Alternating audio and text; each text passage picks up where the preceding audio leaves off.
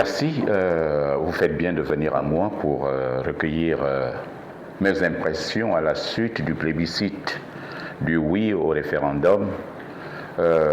C'était un secret de la palissade, tout simplement parce que il n'y avait pas comparaison entre l'ancienne constitution et la nouvelle constitution.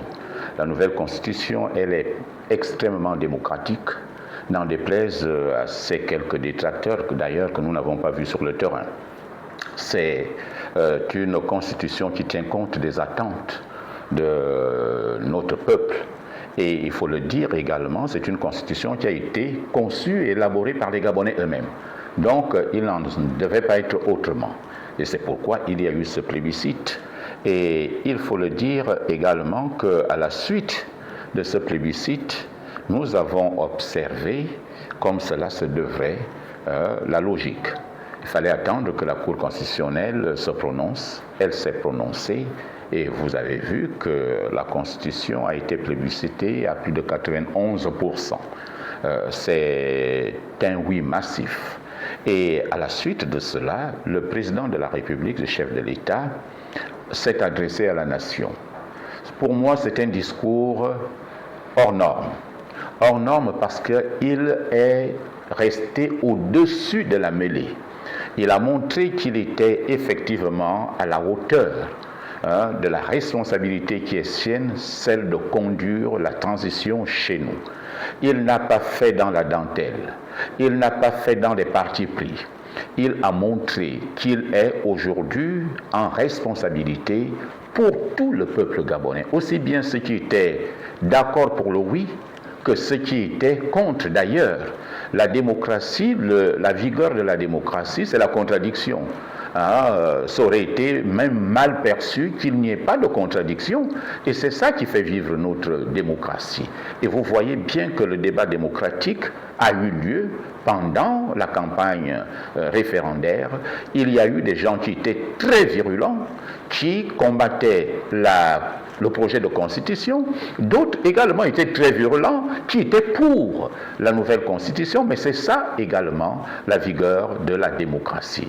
C'est à l'avantage de notre pays et c'est le pays qui a gagné. Donc, le discours du chef de l'État a été un discours au-dessus de la mêlée, un discours non partisan, un discours rassembleur, un discours de quelqu'un qui est patriote, qui tient compte des avis des uns et des autres.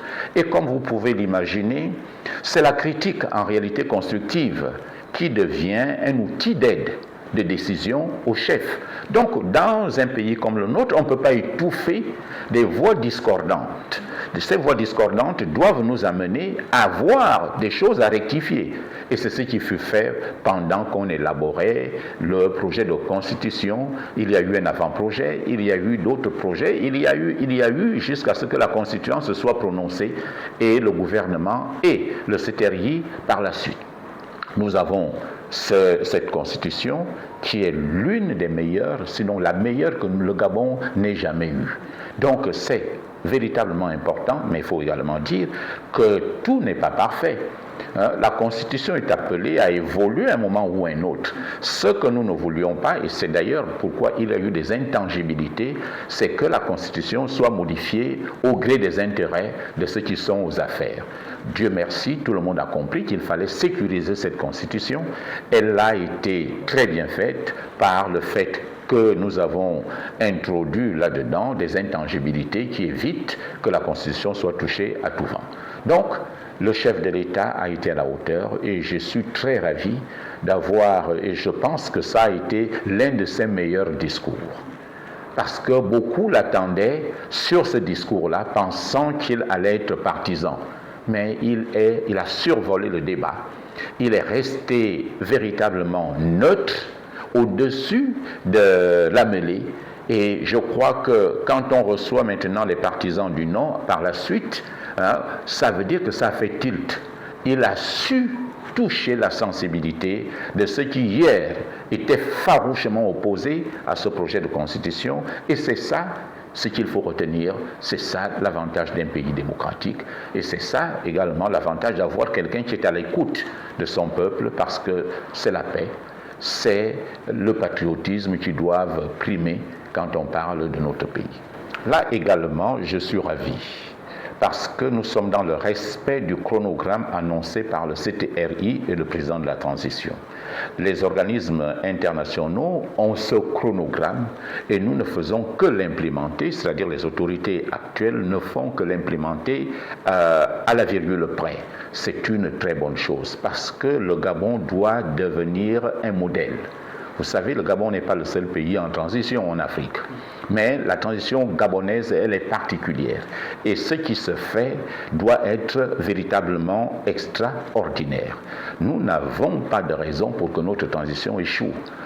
Et c'est pourquoi le chronogramme tel qu'annoncé par le CTRI, le chef de l'État, aujourd'hui nous allons rentrer dans l'écriture du projet du code électoral et j'envisage même également, je pense qu'il va falloir également embrayer avec le découpage électoral parce qu'il y a tellement d'injustices dans le découpage électoral. Nous ne demandons pas qu'on renonce à des acquis. Ce que nous demandons, c'est qu'on corrige des injustices. C'est-à-dire ceux qui ont leurs acquis, ces acquis restent, mais il faut corriger là où il y a sensation d'injustice. Et c'est pourquoi le nouveau découpage s'impose pour corriger un peu ces quelques injustices que nous décelons ici et là en termes de découpage électoral. Lorsque vous regardez une localité comme la mienne, le département du Haut-Tem, c'est le siège dont je suis souvent candidat et électeur. C'est l'un des plus grands sièges du Gabon après Livino. C'est d'abord le plus grand département du Gabon après Livino. Donc, nous avons un linéaire de près de plus de 200 km. Un seul siège. Un seul siège. Donc, ça ne se justifie pas. Quand on sait qu'ailleurs, il suffit de parcourir 40 km, voire même 25 km, vous avez un siège de député. Donc on ne demande pas qu'on efface cela, mais on demande qu'on corrige là où il y a des injustices apparentes. Et je crois que les nouvelles autorités sont là pour la justice, pour la transparence, pour l'équité. Je crois qu'à la suite, on ne peut valablement écrire un nouveau code électoral qui doit être adossé sur un nouveau découpage électoral, en principe. Donc, c'est important, c'est une phase très capitale que nous sommes en train d'amorcer parce qu'elle est hautement politique. Elle est hautement politique. Nous voulons que la réflexion qui se mène aujourd'hui autour de ce code électoral soit tout aussi inclusive. Comme l'a été le dialogue national inclusif, comme l'a été le référendum, il faut qu'on sente qu'il n'y a pas des frustrations inutiles dans la rédaction ou dans l'accomplissement de ce projet. Et il faut faire en sorte que les politiques en soient partie prenante, parce que ce sont eux qui vont se mettre au devant de la scène demain, et pour éviter des contestations inutiles, vaut mieux partir avec l'inclusion, de sorte que le projet soit validé par tous, adoubé par tous, et à partir de ce moment, il y a moins de perditions à mi-chemin. Donc, c'est une étape fondamentale. Nous voulons la transparence électorale. Le président a dit qu'il fallait que les élections à venir soient transparentes, honnêtes, crédibles, équitables. Et la communauté internationale nous attend dessus. Je suis ravi parce que le chronogramme se déroule comme arrêté par le CTRI et le président de la transition. Donc nous attendons le projet qui sera certainement au bout de 15 jours, parce qu'on leur a donné 15 jours de travail acharné. Je félicite tous les compatriotes qui ont été nommés dans ce comité institutionnel pour la rédaction du code électoral. Je les invite également à être patriotes comme le président de la transition. Vous avez écouté le président à la Pointe-Denis, qui a dit qu'on ne fasse pas une constitution pour lui. Il n'a pas besoin de ça. Voilà un homme d'État. Voilà quelqu'un qui mesure les enjeux du moment. Il faudrait également que cette volonté soit transcrite dans le nouveau code électoral, qu'on ne ressente pas comme si on faisait un rétropédalage des anciennes habitudes. Il faut absolument rassurer tout le peuple gabonais, d'abord, mais également nos partenaires à l'extérieur. Ils doivent savoir que le Gabon est un pays exceptionnel. Beaucoup ont voulu le plonger, mais nous avons eu la grâce le 30 août que le Gabon soit ressuscité de ses cendres parce que nous étions déjà complètement dans les abîmes. Il y en a beaucoup d'attentes. Je ne vais pas toutes les énumérer, mais j'ai commencé à le dire, que ceux qui vont rédiger pensent qu'ils rédigent le code électoral pour le Gabon. Un code électoral impartial, un code électoral intemporel, un code électoral, j'allais dire, qui ne suscite pas beaucoup de contestation. Il faudrait regarder, je pense que le travail n'est pas rude comme on pourrait le constater ou alors le présenter. Il suffit de regarder les anciens codes, ce qui a été l'objet des querelles, et le corriger tout simplement. Donc on n'a pas besoin de réfléchir de midi à 14 heures. Le code électoral ancien, là où il y a eu des querelles, on les apure, on corrige, et je crois que ce n'était pas un mauvais code électoral, celui d'avant les élections de 2023. C'était pas mauvais, mais les innovations qu'on a apportées à ce code électoral en année électorale, c'était des innovations mortifères et qui ont failli plonger le Gabon dans une situation d'ingérabilité. Et c'est pourquoi, puisque c'est l'élection qui est gage de stabilité, donc il faudrait que ceux qui sont membres de ce comité pensent à Gabon d'abord, qu'ils ne pensent pas à des intérêts autres. Nous, les hommes, nous passons, mais la République reste.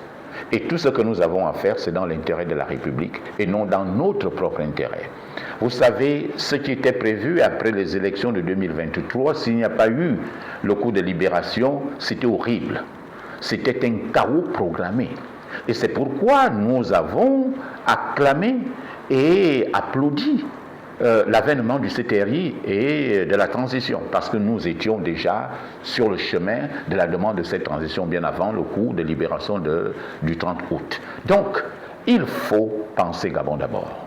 Ceux qui sont là aujourd'hui sont imbibés effectivement de cet esprit patriotique. C'est vrai, en l'espace d'un an, on ne peut pas faire la mue totale. Il y a des choses qu'on peut redire, il y a des choses qu'on peut corriger, mais je crois qu'au fur et à mesure, nous voyons que les choses sont en train de rentrer dans l'ordre. Vous savez, lorsqu'un enfant commence à marcher, il ne court pas tout de suite. Il prend un temps, il tombe, il se relève, on le remet debout et puis on lui dit cours, va, va, va. Et c'est ce que nous sommes en train de faire avec le CTRI. Il y a eu des erreurs de casting par le passé, ça c'est une évidence. Personne ne peut le renier. Maintenant, nous voyons que des corrections se font au fur et à mesure et nous sommes en train de gagner en stabilité.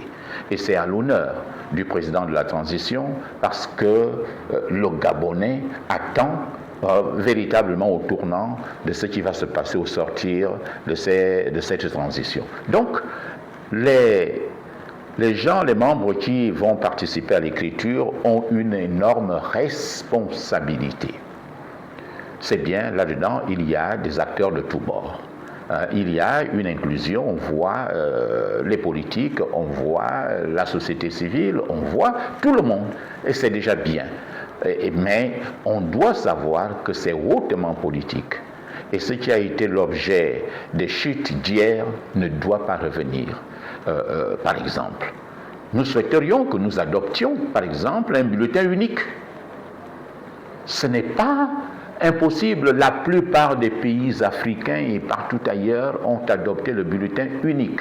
Le bulletin unique, non seulement ça a un gain en termes de coûts financiers, mais également ça évite beaucoup de manipulations au niveau du comptage ou du recomptage, du dépouillement électoral. Donc, si nous voulons préserver le Gabon, il y a des petites solutions comme ça qu'on doit pouvoir mettre en exergue. Je ne peux pas parler aujourd'hui de la biométrie totale parce que nous sommes peut-être à 6 mois des élections. Ça va être difficile que ça soit totalement biométrique. Mais il faut y aller. Il faut y aller, il faut essayer. Nous avons commencé avec la liste électorale que nous devrions, le chef de l'État l'a annoncé, à la suite du code électoral, nous allons nous attaquer à la liste électorale qu'il faut, à la limite, mettre à plat. À la limite. Ou alors, véritablement qu'on fasse un travail de toilettage conséquent, parce que là-dedans, vous avez vu le fameux taux d'abstention. Pour moi, il est artificiel. Le taux d'abstention a été créé par le PDG.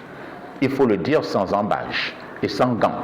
Ça a été créé par le PDG. Ils ont voulu faire du chantage au chef de l'État en disant que ce sont eux qui maîtrisent la liste électorale, qui maîtrise les troupes, ben, ils ont donné des gages verbalement, mais en réalité, très peu se sont mobilisés sur le terrain.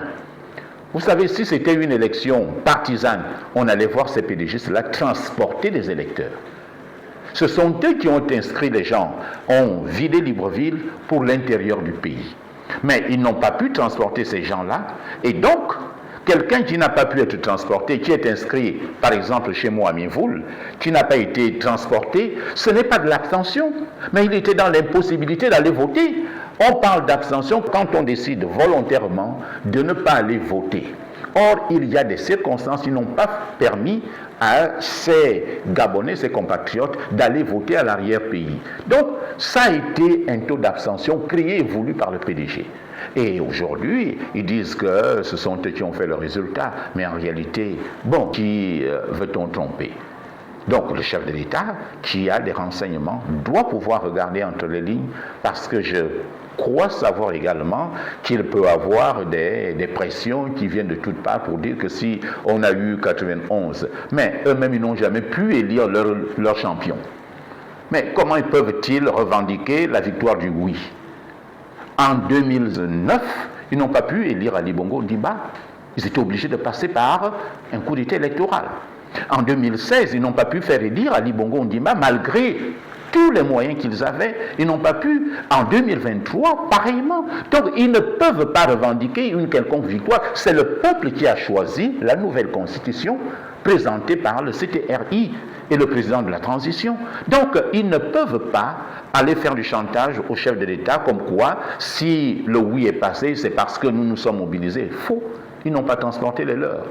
Ça veut dire que c'est le peuple gabonais qui a voté, et les gens qui sont restés, qui n'ont pas pu voter, l'ont été malheureusement pour eux, parce qu'ils avaient l'habitude de transporter les électeurs, et c'est pourquoi il faut nettoyer le fichier électoral.